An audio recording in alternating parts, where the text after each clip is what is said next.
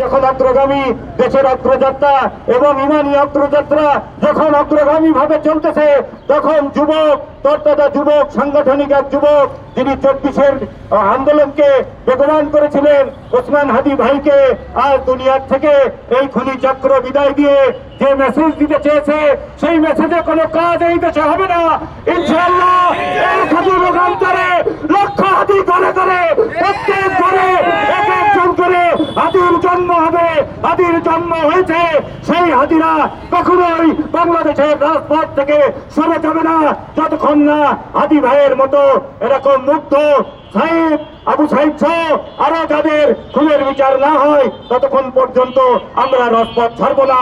সরকারকে এই থেকে, সমাবেশ থেকে এই মেসেজ আমরা দিতে চাই।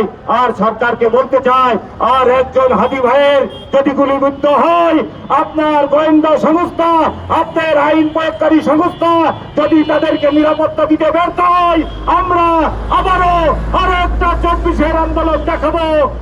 আর একটা আন্দোলন দেখিয়ে আমরা আবার এই সমস্ত হাদি ভাইদের মতো তরতাজা যুবকের নিরাপত্তাকে ইনশাআল্লাহ নিশ্চিত করবো, ইনশাআল্লাহ।